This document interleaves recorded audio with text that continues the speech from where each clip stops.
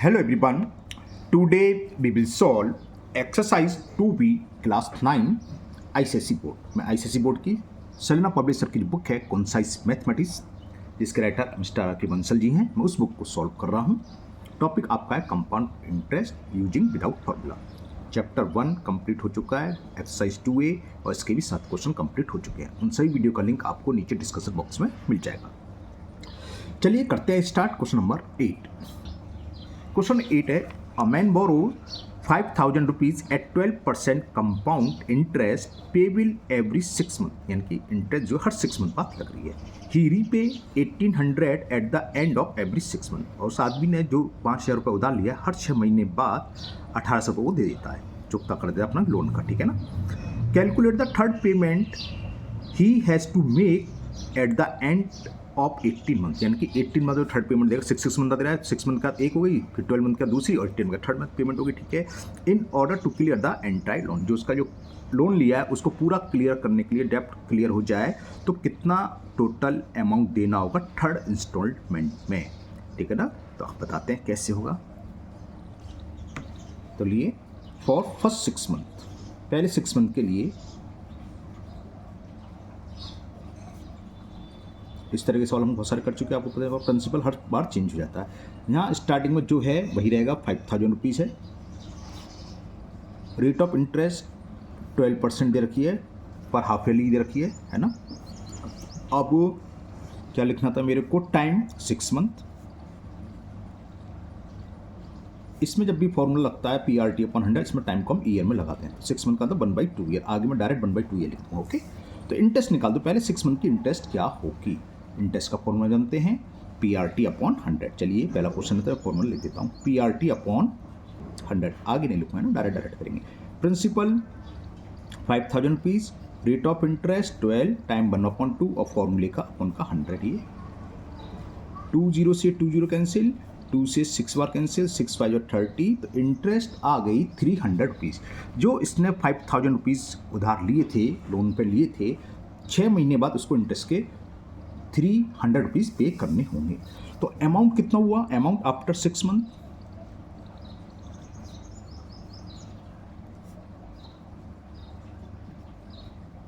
क्या होता है, P प्लस SI 5,000 प्लस 300, यानी कि ये हो गया 5,300 रुपीज़ हो गया। अगर उसको 6 मंथ बाद अपना लोन क्लियर करना होता तो कुल कितने दिन होते, 5,300 रुपीज़। लेकिन ऐसा ना करके मैंने कुछ रीपे कर दिया, तो लिख देते हैं द मैन रीपे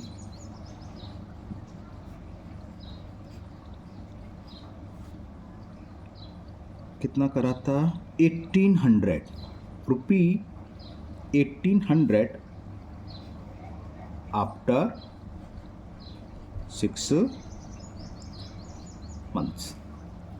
तो अब जो प्रिंसिपल होगा नेक्स्ट 6 मंथ के लिए क्या होगा, वैसे तो ये होता, लेकिन इसमें से उसने 1,800 रुपये उसको दे दिए, तो इसको माइनस करेंगे, है ना, क्योंकि इतना चुकता कर दी जिससे भी लोन लिया था। तो प्रिंसिपल फॉर नेक्स्ट 6 मंथ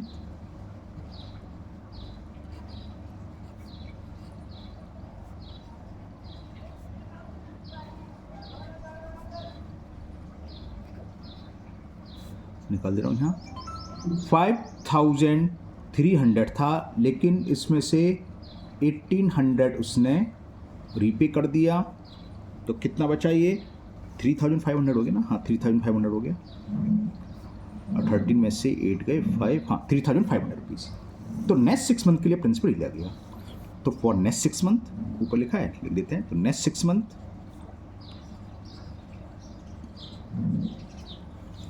अब जो प्रिंसिपल होगा 3,500 रुपीज़ होगा, रेट ऑफ इंटरेस्ट 12%, कौन सी है, एवरी 6 मंथ इसलिए लिखा नहीं मैंने कुछ, और टाइम मैंने बताया था 6 मंथ का अंदर 1/2 ईयर। तो नेक्स्ट 6 मंथ की इंटरेस्ट कितनी हुई, PRT/100। प्रिंसिपल क्या है 3,500, रेट ऑफ इंटरेस्ट 12, टाइम है 1/2 और फॉर्मूले का 100। 2 0 से 2 0, 2 से ये 6 बार कैंसिल, ये कितना है, 6 5 30, 6 3 18 और 3 21, 210 रुपीज़ लिया।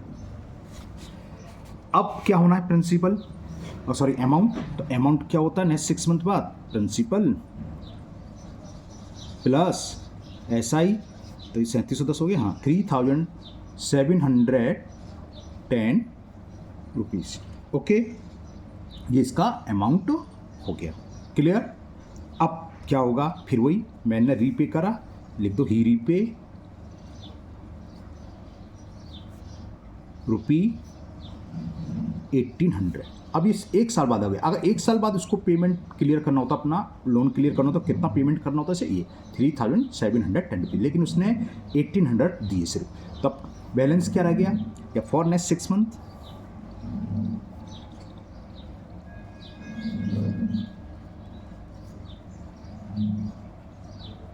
अब प्रिंसिपल क्या होगा, इतना अमाउंट था, इसमें से जो पे करता जा रहा है उसको माइनस कर दो, इतना तो उसने चुकता कर दिया, तो ये तो लोन का पैसा रहा नहीं इतना, है ना। तो इसे माइनस करें, देखें कितना आया,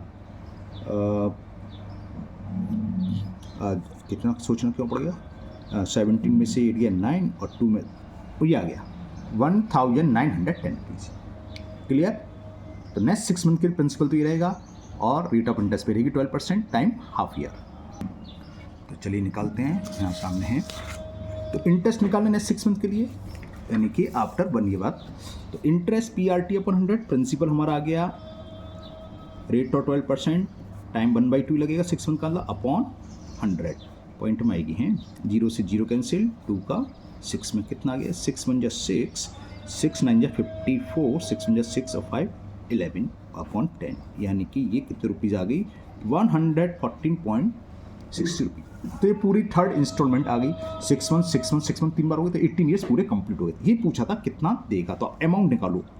प्रिंसिपल कितना है, 1910 रुपीज़ प्रिंसिपल ये था, ठीक है ना। इंटरेस्ट आई हमारी 114.60, तो इसको ऐड कर दें तो कितना 0.60, तो ये हो गया 4 का 4 112, 19 और 1 20 की 0 और 2 आ गया, बस ये सीधा 19 और 1 20 तो आया। तो ये हो गया 2024 रुपी 60 पैसे। क्लियर हो गया ना। तो ये फाइनल अमाउंट हो गया। क्वेश्चन में ये पूछा था कितना रीपे करेगा आफ्टर 18 मंथ्स, ये पूछा था, पढ़ देता हूँ। Calculate the third payment he has to make at the end of 18 month in order to clear his entire amount. तो ठीक है, amount of third payment is, नीचे लिखना चाहो लिख सकते हो, वैसे तो क्लियर हो गया। Amount of third payment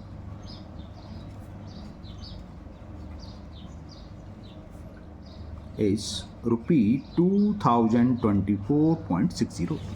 clear. तो ये क्वेश्चन 8 कंप्लीट हुआ। चलिए लेते हैं next question number 9। Question number 9 है, on a certain some of money the difference between the compound interest for a year payable half yearly, ऊपर की तरह मतलब इंटरेस्ट में हाफ ईयरली लगनी है, and the simple interest for a year 180 rupees. ठीक है। Find the sum lent out if the rate of interest in both the cases is 10% per annum। Rate of interest 10% per annum है, ठीक है ना। हमें करना क्या है, जो एक लोन लिया है उसका प्रिंसिपल फाइंड करना है। क्या दे रखा है हमें, sum of money the difference between the compound interest. Compound interest का 1 साल का इंटरेस्ट और सिंपल कंपाउंड इंटरेस्ट हमेशा ज़्यादा होती है ना, तो हम 1 साल का कंपाउंड इंटरेस्ट निकालेंगे हर 6 मंथ पर, जैसे ऊपर निकाला ऐसे यहाँ निकालना है, और 1 साल का हम निकालेंगे सिंपल इंटरेस्ट। कंपाउंड इंटरेस्ट में से सिंपल इंटरेस्ट माइनस करके इक्वल लग देना 180, क्योंकि डिफरेंस दे रखा है, difference between the compound interest for a year and the simple interest for a year is 180। Difference 180 रुपये दिखा, यानी कि CI माइनस ऐसे किसका 1 ईयर्स का बराबर रखना है 180। प्रिंसिपल को P मान लो, तो P के टर्म में निकलाएगा, सॉल्व करेंगे P निकलाएगा। ओके, करते हैं फटाफट से। तो चलिए करते हैं, क्या करें इसमें, हम मान लेते हैं प्रिंसिपल P भी मान सकते हो, 100 से कैलकुलेशन ईजी हो जाती है, तो 100 मान लिया, ठीक है ना। और रेट ऑफ इंटरेस्ट हमें कितनी दे रखी है 10%, और इंटरेस्ट क्या है कंपाउंडेड हाफ ईयरली। तो for first year, first 6 month या फर्स्ट हाफ ईयर, इंटरेस्ट क्या होगी PRT अपॉन 100, PRT अपॉन 100 से 100 कैंसिल, 2 से 5 डायरेक्ट भी लिख सकते थे, फॉर्मूला है 100 मानने का ही फायदा, डायरेक्ट करो। 100 का 5%, 100 का 5% क्या होगा 5 ही होता है, तो हमने कैलकुलेशन करके फॉर्मूला यूज करके निकाल दिया। 5% इंटरेस्ट हो गई आपकी फर्स्ट ईयर की। अब आफ्टर 6 मंथ, यानी कि आफ्टर फर्स्ट ईयर में मुझसे गलत बोल गए, फर्स्ट हाफ ईयर है ना, तो अमाउंट कितना हो जाएगा 6 मंथ बाद, प्रिंसिपल प्लस इंटरेस्ट ये हो गया 105 रुपीज़। अब नेक्स्ट 6 मंथ के लिए इंटरेस्ट निकालो, नेक्स्ट 6 मंथ या नेक्स्ट हाफ ईयर। पी ये है, आर टी कितना होगा 1/2 अपॉन 100। जीरो से ये जीरो कैंसिल कर दूं मैं, तो कितना आ गया, कैलकुलेट तो ऐसे लिख रहे 105 अपॉन 20 रुपीज़। तो नेक्स्ट 6 मंथ की इंटरेस्ट ये आ गई। तो इंटरेस्ट कितनी होगी, हमने पहले बताया इंटरेस्ट निकालनी हो खाली, तो फर्स्ट ईयर की इंटरेस्ट ये है, सेकेंड ईयर की इंटरेस्ट ये है, ये जोड़ दो। तो कंपाउंड इंटरेस्ट आफ्टर सी आई यानी कि compound interest, total compound interest कितनी होगी आफ्टर 1 ईयर। पहले थी 5 रुपीज़ और दूसरी दिखा दूँ पहले, फर्स्ट ईयर की इंटरेस्ट 5 रुपीज़, सेकेंड ईयर क्या है ये। तो 5 + 105 अपॉन 20 इसमें आ गया एलसीएम, 25 जा 100 + 105 कितना हो गया ये 205 upon 20 rupees. Clear, compound interest after 1 year. अब सिंपल इंटरेस्ट निकाल लो। सिंपल इंटरेस्ट का सीधा फॉर्मूला है, एस आई इक्वल टू क्या था, P R T upon 100। Principal हमने 100 मान लिया, रेट ऑफ इंटरेस्ट 10% दे रखी थी, टी इसमें 1 ईयर लगेगा, अपॉन 2 का अपॉन 100 से 100 कैंसिल, आ गया 10 रुपीज़। क्लियर। अब इन दोनों के बीच का डिफरेंस निकाल दो। डिफरेंस की तो बात चल रही, कंपाउंड इंटरेस्ट हमेशा ज़्यादा होती है, compound interest minus S I. Compound interest कितनी है 205 अपॉन 20 रुपीज़, और एस आई हमने भी निकाली। क्या एलसीएम आएगा 20, एलसीएम आ गया 205, 20 10 जा 200, 5 अपॉन 20, 5 से कैंसिल हो गया 1/4, डिफरेंस आ गया 1/4 रुपीज़। ओके, अब क्या करें, अब तो शायद समझ में आ गया, यूनिटरी मेथड लगा दो। जब 1/4 रुपये का डिफरेंस आ रहा है निकल के, तो हमने प्रिंसिपल क्या माना था 100 रुपीज़, तो प्रिंसिपल है 100 और 180 का डिफरेंस है, तो प्रिंसिपल क्या होगा। चलिए करते हैं सही यूनिटरी मेथड से। तो लिख दो, if difference between CI and SI is 1/4 rupees, then principal is ₹100। तो if ये तो जानते हो, शॉर्ट में लिख रहा हूँ, difference between 1 rupees then principal कितना होगा 100 डिवाइडेड, नीचे आएगा तो ऊपर चला जाएगा 4 रुपीज़, और कितना दे रखा डिफरेंस 180 था, सॉरी 1800 नहीं, only 180 rupees. Then principal will be 100 × 4 × 180। तो देखो पहले 0 1 2 3 3 0 आ गए, 18 4 जा 72, तो ये आंसर हो गया। तो सम हो गया, सम इज 72,000। सम ही पूछा था तो ये सम आ गया, तो सम इज 72,000 रुपीज़। रुपीज़ का सिंबल लगाना भूल गया। ओके, तो समझ में आ गया होगा, सिंपल सा था। चलिए लेते हैं नेक्स्ट क्वेश्चन नंबर 10। क्वेश्चन 10 है, a manufacturer estimate that his machine depreciate. अच्छा, पहला क्वेश्चन है डेप्रिसिएट का। वाई 15%, मतलब कम हो रही है इसकी, 15% कॉस्ट कम हो जाती है of its value at the beginning of the year. Manufacturer estimate that his machine depreciate by 15% of its value at the beginning of, okay, साल के स्टार्टिंग में जिसकी कॉस्ट है, एक साल बाद वो 15% डेप्रिसिएट यानी कि कम हो जाएगी। Find the original value of the machine if depreciate by 5,355 during the second year. Second year में इतने रुपए डेप्रिसिएट हो गई, तो उसकी ओरिजिनल कॉस्ट क्या होगी ये बताना है। तो हम इसमें मानते हैं, ये भी ऊपर की तरफ रहे, लेट ओरिजिनल वैल्यू, तो ओरिजिनल कॉस्ट मान लो, ओरिजिनल कॉस्ट ऑफ मशीन ₹100। तो 15% 100, 15%, हाँ 100 का क्या होगा 15% होगा, तो 15% इसकी कॉस्ट डेप्रिसिएट हो रही है। तो 15% ऑफ 100 इक्वल टू, डायरेक्ट लिख दूँ 15 रुपीज़, 100 मानने का फायदा, 100 का 10% 10 होता है, 15% 15 होता है, या 100 × 15/100, 100 से 100 कैंसिल हो गया। तो after 1 year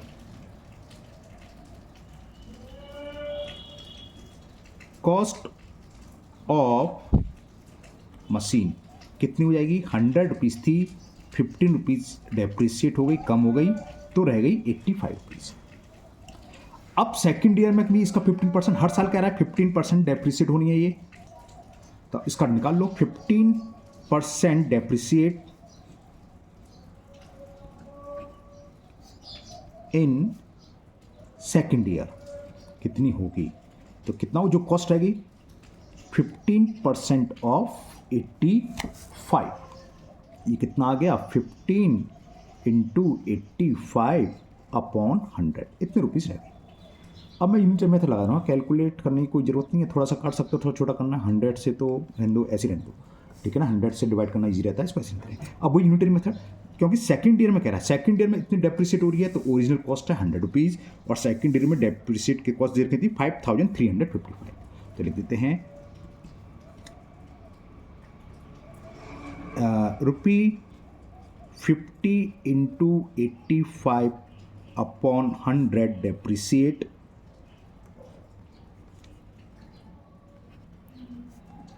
in second year, then original cost 100 rupees,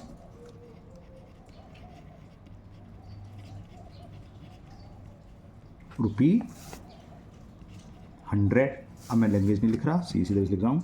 तो अगर 1 रुपये डेप्रिसिएट होती तो ओरिजिनल कॉस्ट क्या होती 100, और ये अपन में आ जाएगा, जब अपन में आएगा तो इतना जानते हो 9th स्टैंडर्ड वो 15 इंटू 85 नीचे रहेगा, 100 ऊपर चला जाएगा, 15 इंटू 85 इंटू 100, और डेप्रिसिएट कितनी दे रखी है सेकेंड ईयर में 5355, सो 5355 डेप्रिसिएट है सेकेंड ईयर में, तो ओरिजिनल कॉस्ट मशीन की क्या होगी, अब यहाँ कैलकुलेट कर लेंगे हम। 100 इंटू 100 इंटू 5355 अपॉन 15 इंटू 85, 5 5 5 कितना हो गया, 15 है, 3 18 है, 15 से कैंसिल हो जाएगा, 15 में जा 15 3 जा 45, कितना बच्चा 45 का मतलब 8 बच्चा, और 15 85 हो गया है ना, 85, 15 6 जा 90, तो 15 7 जा 75, और कितना बचा 10, तो 15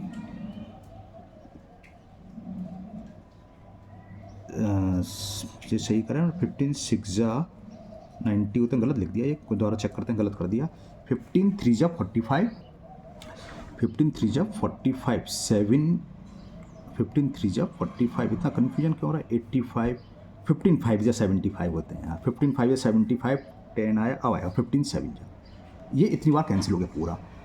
देखें ये कितना है, 17 से कैंसिल हो जाएगा, 17 2 जा, ये पूरा हो गया, हाँ ये तो पूरा हो गया, 17 2 जा 34, हाँ हो गया, 17 से देखो 17 5 जा 85, 17 2 जा 34, 17 1 जा, ओके पॉइंट में आएगा, नहीं आएगा, 5 से कैंसिल हो गया, 5 2 जा 10, अरे ये तो ईजी हो गया बहुत, देखो 21 2 जा 42, तो ये हो गया, 1 0 ये और 2 0 ये, तो ये इसका आंसर हो गया। तो original cost of machine is 42,000, तो ओरिजिनल कॉस्ट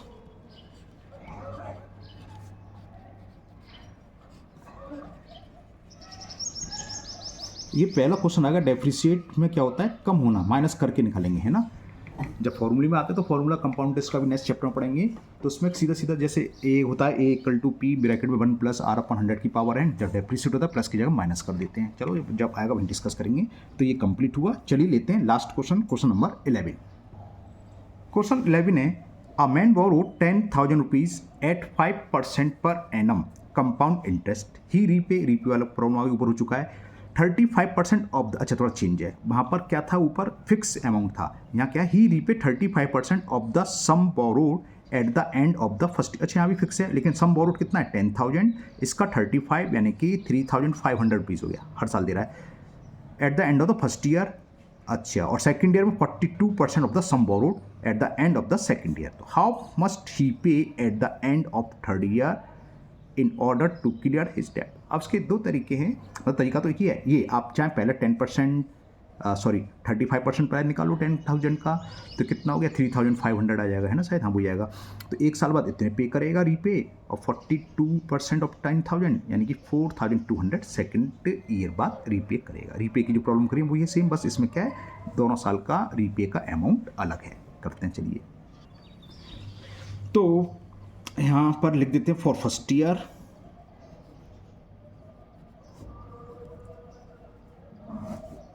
प्रिंसिपल 10,000 रुपीज़ दे रखा है हमें, rate of interest 5% per annum, he repay 35%। हाँ तो पहले ये निकल लेता हूँ, ही रीपे 35% ऑफ 10,000। तो कैसे निकालते हैं, डायरेक्ट दे सकते हो, लेकिन 35 ऑफ 10,000 अपॉन 100, 20 से 20, तो वही है ना, एक साल बाद इतने रीपे करेगा। तो interest for first year PRT upon 100, 10,000 into 5 into 1 upon 100, 2 से 20, 500 रुपीज़ आई, 5 ही आई है, हाँ 5 ही आएगी, 500। ओके, तो अमाउंट आफ्टर 1 ईयर 10,000 तो ये है, प्लस 500 यानी कि कितना आ गया, 10,500। रीप पे ऊपर लिख ही रहा है ना, ही रीप पे इतना, तो लिख दो सीधा, for next year, for next year principal क्या होगा, अमाउंट में से 10,500 में से 3,500 माइनस कर दें तो 7,000 आ गया ना, हाँ 7,000। क्लियर। तो सेकेंड ईयर के निकाल लो आप, फॉर सेकेंड ईयर। अब प्रिंसिपल जो है 7,000 रुपीज़ है, रेट ऑफ इंटरेस्ट तो 5% ही है, टी तो 1 लगेगा ही लगेगा, टी बराबर 1। इंटरेस्ट निकालें, PRT अपॉन 100, PRT अपॉन 100, 20 से 20, तो 350 रुपीज़ इंटरेस्ट आ गई।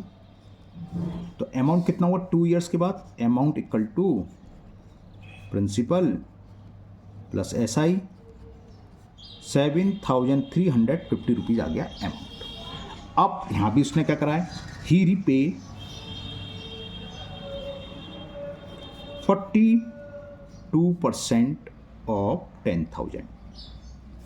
चलो जब निकला इसे भी निकाल देना, वैसे 4,200 हो जाएगा ना, 42 इंटू 10,000 अपॉन 100, 20 से ये 20 कैंसिल, तो इसने इतना रीपे कर दिया 4,200।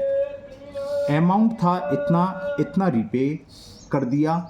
तो अब नेक्स्ट ईयर के लिए प्रिंसिपल क्या रह जाएगा, इसमें से इसको माइनस कर दें, तो प्रिंसिपल फॉर नेक्स्ट ईयर या third year, principal for third year निकालते नीचे।